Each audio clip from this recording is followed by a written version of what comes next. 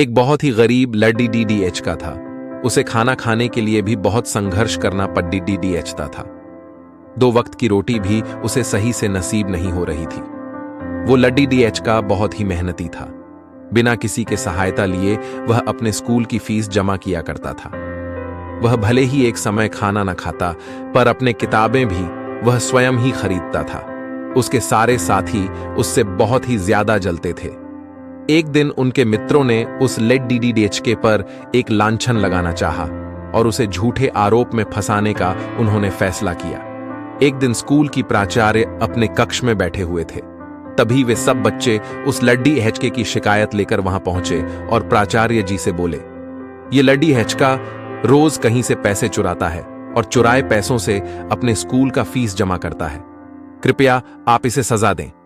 प्राचार्य ने उस लड्डी हेचके से पूछा, क्या जो ये सब बच्चे बोल रहे हैं वो सच है बेटे? लड्डी हेचका बोला, प्राचार्य महोदय, मैं बहुत निर्धन परिवार से हूं, एक गरीब हूं, लेकिन मैंने आज तक कभी चोरी नहीं की। मैं चोर नहीं हूं। प्राचार्य ने उस लड्डी हेचके की बात सुनी और उसे जाने के लिए कहा, लेकिन सारे बच्चों ने प्राचार्य से निवेदन किया कि इस लड्डी हेचके के पास इतने पैसे कहां से आते हैं, इसका पता लगाने के लिए कृपया जांच की जाए। प्राचार्य ने जब जांच किया तो उन्हें पता चला कि वह स्कूल के खाली समय में एक माली के यहां सिंचाई का काम करता है और उसी से वह कुछ पैसे कमा लेता है जो उसके फीस भरने के काम आ जाता है। अगले ही दिन प्राचार्य ने उस लड्डी हेचके को और अन्य सभी बच्चों को अपने कक्ष में बुलाया और उस लड्डी हेचके की तरफ देखकर उन्होंने उससे प्यार से पूछा, बेटा, तुम इतने निर्धन हो, अपने स्कूल की फीस माफ क्यों नहीं करा लेते?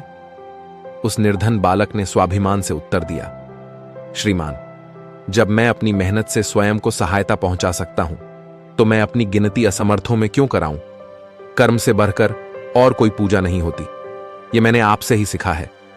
छात्र के बाद से प्राचार्य महोदय का सिर गर्व से ऊंचा हो गया और बाकी बच्चे जो उस लड्डी हेचके को गलत साबित करने में लगे थे, उनको भी बहुत पछतावा हुआ और उन्होंने उससे मांगी।